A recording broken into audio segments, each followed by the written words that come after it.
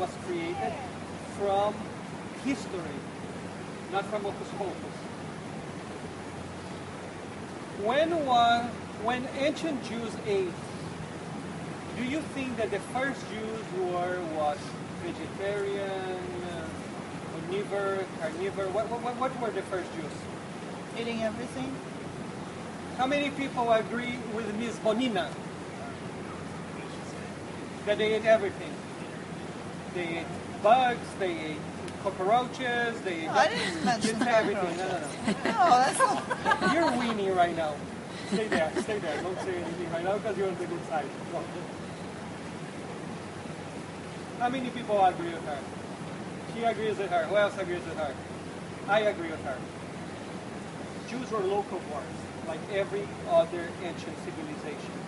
They were mostly nomads and locavores, like every single ancient civilization, because you establish a place in a place, you eat wherever you can get, and believe me, if you have a cricket there and that's going to be your only protein on the day, you're going to eat it.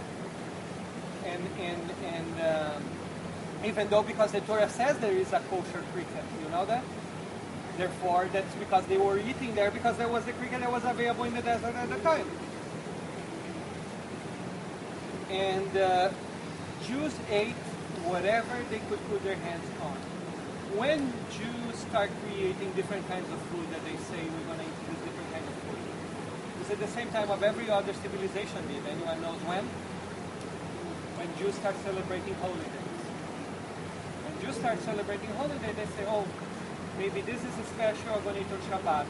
Maybe we have a story about rabbis in the Talmud that a guy would find something on Monday and he really liked it, he would save for Shabbat. And then if he found something on Wednesday that he liked more than on Monday, he ate what he had on Monday and saved the thing on Wednesday. And in a time with no refrigerator, they got very macho guy to save your food from one Friday to the next Friday. But that's how they originally did. Then you go all the way to the year 2000. 2,000 years ago.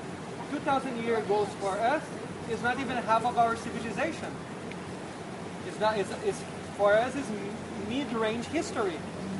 That's when Josephus says that the Pharisees start establishing some rules about mixing milk and meat, because there was no such a thing in the Torah.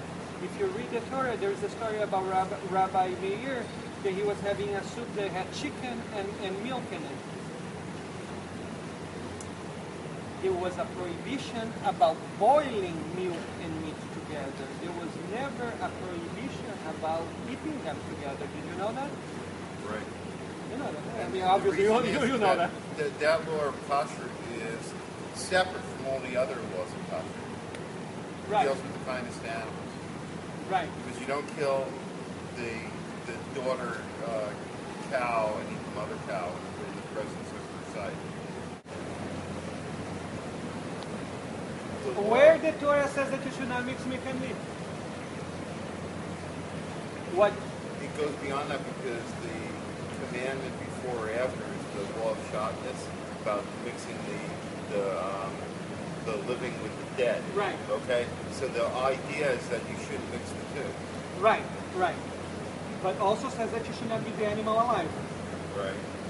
So you're mixing the dead with the dead, because the milk that when it's out of the cow's teeth is already dead. So what you're telling them, people, is that there's a difference between biblical kosher and rabbinical kosher, because it's based on the rabbi's interpretation of the Pharisees. Right. That is a great point. I mean, but that's history, right? Right. I mean, that's history. Now, that's adding and removing, by the way, right? Right. Okay.